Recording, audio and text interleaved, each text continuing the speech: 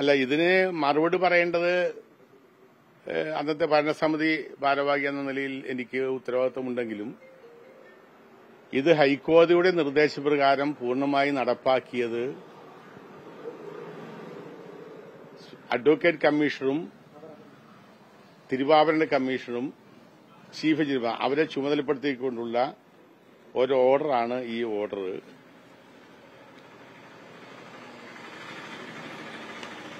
ഈ ഓർഡർ പ്രകാരം court pass an order 3/8/2016 will be permission was granted for dismantling existing flag mast to create a new golden flag mast Shabarimala. The work has to carried out entry at the expense of Messrs. Phoenix Infrastructure Private Limited under the supervision of Thiruvavarana Commissioner, Devasan Chief Engineer and Advocate Commissioner. ഇത് government ഹൈക്കോടതിയുടെ ഉത്തരവ് പ്രകാരമാണ് ഈ പണികൾ ആരംഭിക്കുന്നത്. Phoenix group 916 kilo 916 ഒരു 9161 gram സ്വർണം ആണ് അവർ സ്പോൺസർ ചെയ്യുന്നത്. ഇത് പരിപൂർണമായി ഈ പ്രക്രിയ നടക്കുന്നത് പമ്പയിൽ വെച്ചാണ്. പമ്പയിൽ വെച്ച് നടക്കുന്ന ഈ പ്രക്രിയയിൽ അത് നേതൃത്വം കൊടുക്കുന്നത് അഡ്വക്കേറ്റ് കമ്മീഷണർ, തിരുവാഭരണ കമ്മീഷണർ, ദേവസ്വം വിജിലൻസ് ഓഫീസർ, ഇത്രയും പേരാണ് എല്ലാ ദിവസവും ആ സ്വർണം പൂശനിൽ അവിടെ ഉള്ളത്. അപ്പൊ അതിന് ഈ കണക്ക് എന്ന് പറയുന്നത് ഇത് തിരുവാഭരണ കമ്മീഷണർ ദേവസ്വം ബോർഡ് സെക്രട്ടറി കൊടുത്തത് ആ കണക്കാണ് ഞാൻ വായിക്കുന്നത്. ആ കണക്ക് പ്രകാരം 22/3/2017 കൊച്ചി ഓവർസീസ് ബാങ്കിൽ നിന്നും 9 കിലോ 161 ഗ്രാം സ്വർണം ഫിനിക്സ് ഗ്രൂപ്പ് പൈസ എന്ന് കസ്റ്റംസിന്റെ പ്യൂരിഫൈഡ് സ്വർണം വാങ്ങി. വിവിധ ഭക്തരിൽ നിന്നും 5/6/2017 80.490 gram, 10/6/2017 246.520 gram, 11/6/2017 5 gram, 15/6 5 gram, 16/6 25 gram, 19/6 50 gram, അങ്ങനെ 412 ഗ്രാം സ്വർണമാണ് അഡീഷണൽ ആയിട്ട് അവിടെ വന്നത്. അത് ഭക്തജനങ്ങളായ ആൾ കൊടുത്തതാണ്. ആ സ്വർണം അടക്കം 9 കിലോ 573 ഗ്രാം സ്വർണം ഉണ്ടായിരുന്നു. കൊടിമരത്തിന്റെ പണിക്ക് 9 കിലോ 340.200 ഗ്രാം സ്വർണം ഉപയോഗിച്ചു. ബാക്കി വന്ന തങ്കം 232.80 ഗ്രാം, താഴേക്കൂടത്തിൽ ഉപയോഗിച്ചത് 116 ഗ്രാം. താഴേക്കൂടം ഉപയോഗിച്ച ശേഷം താഴേക്കൂടത്തിൽ തങ്കം ഉപയോഗിച്ചതിന് 681.250 ഗ്രാം, തങ്ക ഫോയിൽ ബാലൻസ് 6.230 ഗ്രാം, പണിക്കുറവ് 29.610 ഗ്രാം, മണ്ണ്, ചാരം, മെഴുക്, മെർക്കുറി ഉരുക്കിയപ്പോൾ ലഭിച്ച സ്വർണം 10.070 ഗ്രാം മില്ലിഗ്രാം. കൊടിമരത്തിന്റെയും താഴേക്കൂടത്തെയും പണികൾക്ക് ശേഷം പണിത സ്ഥലത്ത് മണ്ണ്, ചാരം, മെർക്കുറി, മെഴുക് എന്നിവ ചൂടാക്കി 17 ഗ്രാം 70 മില്ലിഗ്രാം സ്വർണം മുദ്രപ്പൊതിയാക്കി വാഹനം, അഷ്ടദിക്പാലകർ എന്നിവ വാർത്തു കഴിഞ്ഞപ്പോൾ ലഭിച്ച 1 കിലോ 25 ഗ്രാം ഉരുക്ക് ശിഷ്ടവും പല്ലിശാല വൃത്തിയാക്കിയപ്പോൾ ലഭിച്ച മണ്ണ്, ബാക്കി വന്ന 4 തങ്കവും തുടങ്ങിയ ബുക്ക് അടങ്ങിയ ബുക്ക് 1 ഉപയോഗിച്ച ശേഷം മിച്ചം തങ്കം പൂശിയ 1 എന്നിവയും 6 മുഴ സ്ട്രോങ് റൂമിൽ സൂക്ഷിച്ചിട്ടുണ്ട്. എന്ന് വന്നിട്ട് മഹസർ പകർപ്പ് 2 ബുക്ക്, ഇതെല്ലാം മഹസറിൽ രേഖപ്പെടുത്തിയുള്ള കാര്യങ്ങളാണ്. ഇതിന് എവിടെയാണ് ഇതിൽ നിന്നും കൂടുതൽ സ്വർണം കിട്ടിയത് എവിടെയാണെന്ന് അവർ പറയട്ടെ. ഇത് കൃത്യമായ കണക്കാണ്. ഈ കണക്ക് ഹാജരാക്കിയിട്ടുണ്ട്. ഈ കണക്ക് ദേവസ്വം ബോർഡിൽ പാസ്സാക്കിയിട്ടുണ്ട്. ഈ കണക്ക് കേരള ഹൈക്കോടതിയിൽ കൊടുത്തിട്ടുണ്ട്. ഹൈക്കോടതി അത് സന്തോഷത്തോട് സ്വീകരിച്ച കണക്കാണ്. ഇതുപോലെ ഒരു കണക്ക് ദേവസ്വത്തിന്റെ ചരിത്രത്തിൽ ആരും തന്നെ പ്രസന്റ് ചെയ്തിട്ടില്ല.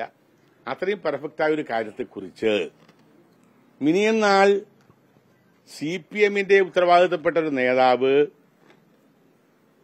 എന്നെ വിളിച്ച് പറഞ്ഞ അജയ സൂക്ഷിക്കണം, VD സതീശന്റെ ജാഥ, പുതുയുഗ ജാഥ എറണാകുളത്ത് വരുമ്പോൾ അജയ് തറയിലിനെ ചോദ്യം ചെയ്യാനുള്ള പദ്ധതിയാണ് ഗവൺമെന്റ് ഇട്ടിരിക്കുന്നത്. ഉദ്ഘാടനം ചെയ്ത പിറ്റേ ദിവസം അടൂർ പ്രകാശിനെ ചോദ്യം ചെയ്തു. എറണാകുളത്ത് വരുമ്പോൾ അജയ് തന്നെ ചോദ്യം ചെയ്യാൻ പദ്ധതിയിട്ടിരിക്കുന്നു. അത് പ്രകാരം ഹൈക്കോടതിയെ തെറ്റിദ്ധരിപ്പിക്കുന്ന രീതിയിലുള്ള കാര്യങ്ങൾ പറഞ്ഞ് ഹൈക്കോടതി, എന്നിട്ടും ഹൈക്കോടതി എന്താ പറഞ്ഞിരിക്കുന്നത്? ക്വിക്ക് വെരിഫിക്കേഷന് വേണ്ടിയുള്ള ഓർഡറാണ് ഇട്ടിരിക്കുന്നത്. ഇവിടെ 412 ഗ്രാം സ്വർണം for the purpose of polishing of different parts of gold and mass right from the top of bottom, including the Panchavarga Tara, 9.161 kilograms of pure gold of 99% purity was purchased from the Customs Department as stated above.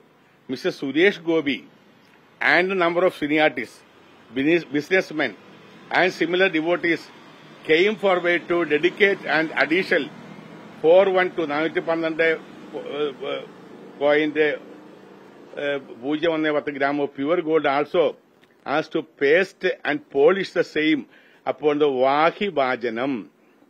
Vajivahanam and the Ashtadik Palagas in addition to the 12 layers of gold plating was estimated and dedicated earlier. This was to make the Vajivahanam shine at the top of the Dwajam and the Ashtadik Palaga to remain intact and perfect golden glitter for years to come. അതിനു വേണ്ടിയാണ് ഉപയോഗിച്ചിരിക്കുന്നത്. ഇതിന് കൃത്യമായ കണക്ക് ഈ 412 ഗ്രാമിനേക്ക് അപ്പുറത്തേക്ക് ഏത് ഭക്തനാണ് അവിടെ സ്വർണ്ണം തന്നത്? ഒരു സാങ്കേതികമായ കാര്യം പിടിച്ചിരിക്കുന്നത്. ഇതിപ്പോ പറയുന്നത് റെസീറ്റ് കൊടുത്തിട്ടില്ല എന്നാ പറയുന്നത്. ഞാൻ ചോദിക്കുന്ന പമ്പയിൽ വെച്ച് വിജിലൻസ് ഓഫീസർ എന്തോ റെസീറ്റ് കൊടുത്തില്ല? തിരുവാഭരണ കമ്മീഷണർ റെസീറ്റ് കൊടുത്തില്ലേ? അല്ലെങ്കിൽ എക്സിക്യൂട്ടീവ് ഓഫീസർ ഉണ്ടായിരുന്നല്ലോ. ഇവർക്കൊക്കെ ചെയ്യാവുന്ന കാര്യം അത് ദേവസ്വം ബോർഡ് പ്രസിഡന്റും മെമ്പർമാരും ഇരുന്ന് റെസീറ്റ് കൊടുക്കലാണ് പണി. അപ്പൊ അത് പറഞ്ഞുകൊണ്ട് സാങ്കേതിക പ്രശ്നം പറഞ്ഞുകൊണ്ട് ഉള്ള ഒരു വലിയ പ്രശ്നമുണ്ടാക്കിയിരുന്നു. ഇതിനകത്ത് SIT തന്നെയാണ് ഇതിനെ ഹൈക്കോടതിയുടെ മുമ്പിൽ ഇത് പ്രസന്റ് ചെയ്തിരിക്കുന്നത്. തെറ്റിദ്ധാരജനകമായിട്ട് ചെയ്തിരിക്കുന്നു. ഹൈക്കോടതി നിഷ്പക്ഷമായി വളരെ എന്റെയൊക്കെ ജീവിതത്തിൽ വളരെ സന്തോഷകരമായ തീരുമാനമാണ് ഹൈക്കോടതി എടുത്തത്. കാരണം ഒരു ദ്രുത പരിശോധന, ക്വിക്ക് വെരിഫിക്കേഷൻ നടത്തി എന്നെപ്പോലുള്ള ഒരാള് ഇത്രയും വലിയ സ്വർണ്ണക്കൊള്ള നടത്തിയവരുടെ ഇടയിൽ ക്രിസ്റ്റൽ ക്ലിയറായി ജീവിക്കുന്നു എന്ന് തെളിയിക്കാൻ കഴിയുന്ന ഒരു അവസരമായിട്ടാണ് ഞാൻ ഇതിനെ കാണുന്നത്.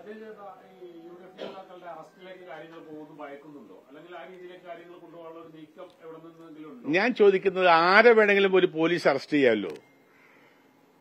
അറസ്റ്റ് ചെയ്ത് റിമാൻഡ് ചെയ്യുക എന്ന് പറയുന്നത് ഒരു പോലീസ് ഡിപ്പാർട്ട്മെന്റ്, പോലീസ് കയ്യിലുള്ളവർക്ക് എന്തെങ്കിലും കേസുണ്ടാക്കി അറസ്റ്റ് ചെയ്യാമല്ലോ. അതുകൊണ്ട് ഞാൻ ഭയക്കുന്നില്ല, അറസ്റ്റിനെ ഭയക്കുന്നില്ല.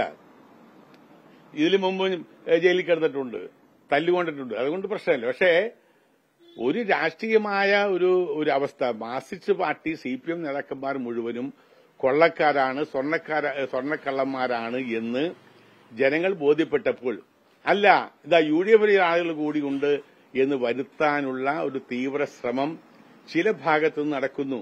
അത് ഒരു കാരണവശാലും കേരള ഹൈക്കോടതി അനുവദിക്കില്ല എന്ന് തന്നെയാണ് എന്റെ വിശ്വാസം. എവിടെയാണ് ക്രമക്കേട്? നിങ്ങൾക്ക് മനസ്സിലാക്കിയ ക്രമക്കേട് പറഞ്ഞാൽ ഞാനത് വ്യക്തമാക്കി തരാം.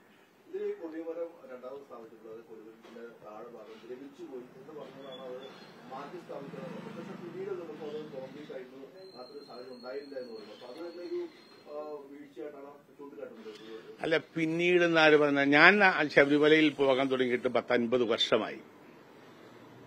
ശബരിമലയിലുള്ള കൊടിമരം കോൺക്രീറ്റ് കൊടിമരമാണ് എന്ന് അന്നേ ഞങ്ങൾക്കറിയാം. 2015 നടത്തിയ ദേവപ്രശ്നത്തിനകത്ത് കൊടിമരത്തിൽ ലേപനം ചെയ്തിരിക്കുന്നു. അതിനു മുമ്പ് ഏതോ മഹാനായിരിക്കുന്ന ദേവസ്വം ബോർഡ് പ്രസിഡന്റിന്റെ കാലത്ത് ചെറിയൊരു പൊട്ടൽ വീണപ്പോൾ അവിടെ പുട്ടിയിട്ട് പെയിന്റ് അടിച്ചു. ലേപനം ചെയ്തിരിക്കുന്നു, അത് തെറ്റാണ്. കൊടിമരത്തിന്റെ ജീർണത കാണുന്നു. അതുകൊണ്ട് നെല്ല മരം കൊണ്ട് എന്ന് പ്രത്യേകം മരം കൊണ്ട് ഒരു കൊടിമരം ഉണ്ടാക്കണം എന്നാണ് അന്ന് ദേവപ്രശ്നത്തിൽ പറഞ്ഞത്. മരം കൊണ്ടൊരു കൊടിമരം ഉണ്ടാക്കണമെന്ന് നേരത്തെ പറയുന്നു എങ്കിൽ അത് അവർക്ക് പോലും അറിയാമല്ലോ അത് കോൺക്രീറ്റാണെന്ന്.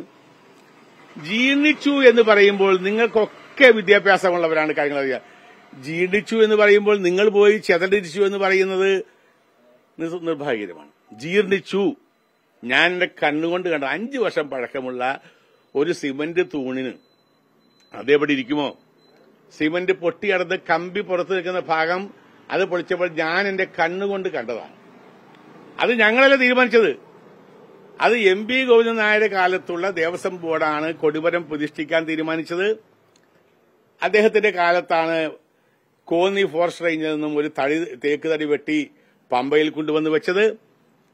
അദ്ദേഹമാണ് കൊടിമരം തിരിക്കാനുള്ള തീരുമാനം ആ ബോർഡാണ് എടുത്തത്. ഒരു ബോർഡിന്റെ തുടർച്ചയാണ് കൊടിമരത്തിനുള്ള തടി പമ്പയിലിരിക്കുന്നു. ഞങ്ങൾ വരുമ്പോൾ ഞങ്ങൾ എന്താ ചെയ്യേണ്ടത്? ഞങ്ങൾ വലിയൊരു അഭിമാനമായി കണ്ടു. 500 വർഷക്കാലത്തേക്ക് ഒരു കേടും വരാതെ സ്വർണം പൂശിയ ഒരു കൊടിമരം പണിയുക എന്നുള്ളത് ഞങ്ങളുടെ ആഗ്രഹമായി ഞങ്ങൾ എടുത്തു. അങ്ങനെയാണ് പണി തുടങ്ങിയത്. ഫിനിക്സ് ഗ്രൂപ്പിന്റെ സ്വർണ്ണമായി ഇവിടെ എവിടെയാണ്, ആര് തന്ന സ്വർണം എവിടെയാണ് പോയതെന്ന് പറയട്ടെ. ഈ പറഞ്ഞ കണക്കിനപ്പുറത്തേക്ക് 1 ഗ്രാം സ്വർണം ആരാണ് തന്നതെന്ന് പറയട്ടെ. വേഗമായി ഹൈക്കോടതിയിൽ ഒരു കണക്ക് കൊടുക്കലല്ല ആവശ്യം.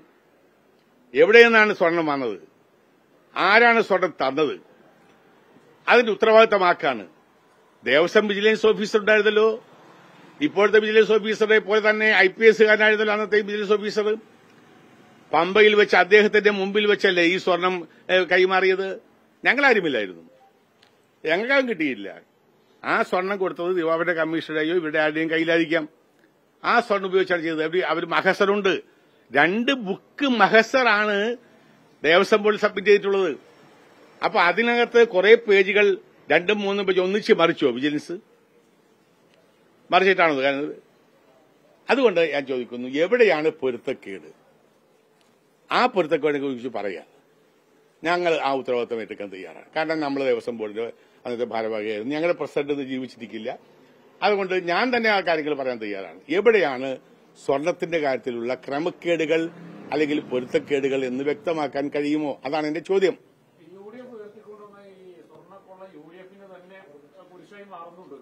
ഒരിക്കലുമില്ല, ഒരിക്കലുമില്ല. കാരണം UDF എങ്ങനെ കുരിശാകുന്നത്? കുരിശാക്കാൻ ശ്രമിക്കുന്നല്ലേ ഉള്ളൂ. കുരിശാക്കാൻ ശ്രമിക്കുന്നു. ആ ശ്രമത്തെ എല്ലാം ഞങ്ങൾ അതിജീവിക്കും. കാരണം ഞങ്ങളുടെ കയ്യിൽ സത്യമുണ്ട്, വ്യക്തമായ കണക്കുകളുണ്ട്. അടൂർ പ്രകാശ് എന്താ ചെയ്തേ?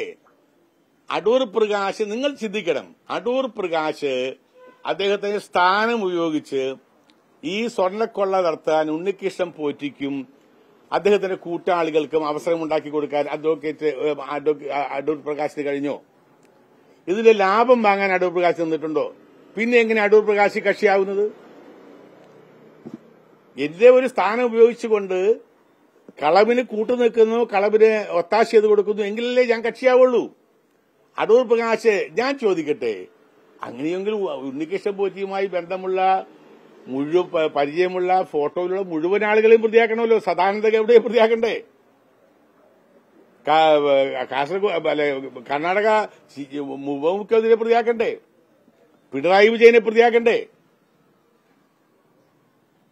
അവിടെ ഈ ഉണ്ണികൃഷ്ണൻ പോറ്റിക്ക് ഒത്താശ ചെയ്തു കൊടുത്ത ആരാണ് എന്നതിനെ കുറിച്ചാണ് ഏറ്റവും വലിയ വിഷയം. ഉണ്ണികൃഷ്ണൻ പോറ്റിയെ കയറ്റിയതാരാണ്?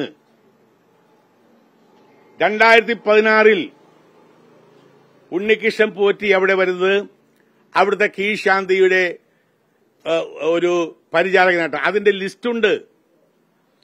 2016 ജൂൺ മാസം അവിടെ തുടങ്ങിയാണ് ഉണ്ണികൃഷ്ണൻ പോറ്റി വന്നത്. ആ ഉണ്ണികൃഷ്ണൻ പോറ്റിയെ LDF-ന്റെ കാലത്താണ് കയറ്റിയത്. ഉണ്ണികൃഷ്ണൻ പോറ്റി ശബരിമലയിൽ കയറുന്നത് LDF അധികാരത്തിലുള്ളപ്പോഴാണ്. അദ്ദേഹത്തിന്റെ ഒരു ശ്രീനിവാസൻ പോറ്റി എന്ന് പറയുന്ന അദ്ദേഹത്തിന്റെ ഒരു ബന്ധു ദേവസ്വത്തിലെ കീഴ്ശാന്തിയായിരിക്കുമ്പോഴാണ് ഉണ്ണികൃഷ്ണൻ പോറ്റിയെ ആദ്യമായി അവിടെ പരിചാരകനായിട്ട് കൊണ്ടുവരുന്നത്. തെളിവുണ്ട്. ഒരു കീഴ്ശാന്തിക്ക് 4 പരിചാരകരെ വെക്കാമെന്ന ദേവസ്വം ബോർഡ് നിയമം. ആ 4 പരിചാരകർ ഒരാള് ഉണ്ണികൃഷ്ണൻ പോറ്റിയാണെന്ന് ദേവസ്വത്തിൽ ലിസ്റ്റുണ്ട്. മുഖ്യമന്ത്രി പറയുന്നുണ്ടായി KC വേണുഗോപാലിന്റെ കാലത്ത്. KC വേണുഗോപാലിന്റെ കാലത്തല്ല, KC വേണുഗോപാലിന്റെ കാലത്ത് മാധവൻ പോറ്റി എന്ന് പറയുന്ന ഒരാളായിരുന്നു. അദ്ദേഹം കൊണ്ടുവന്നല്ല. ശ്രീനിവാസൻ പോറ്റി എന്ന് പറയുന്ന മാവേലിക്കര ഗ്രൂപ്പിലെ ഏവൂർ ക്ഷേത്രത്തിലെ മേൽശാന്തിയായിരുന്ന ശ്രീനിവാസൻ പോറ്റി അവിടെ കീഴ്ശാന്തിയായി 2016 ജൂണിൽ വന്നപ്പോൾ അദ്ദേഹത്തിന്റെ പരിചാരകനായിട്ട് അദ്ദേഹത്തിന്റെ ബന്ധുവായ ഉണ്ണികൃഷ്ണൻ പോറ്റിയാണ് വെച്ചത്. ഞാൻ ഇത് തെളിയിക്കാൻ തയ്യാറാണ്. ദേവസ്വം ബോർഡിൽ അതിന്റെ റെക്കോർഡുകളുണ്ട്.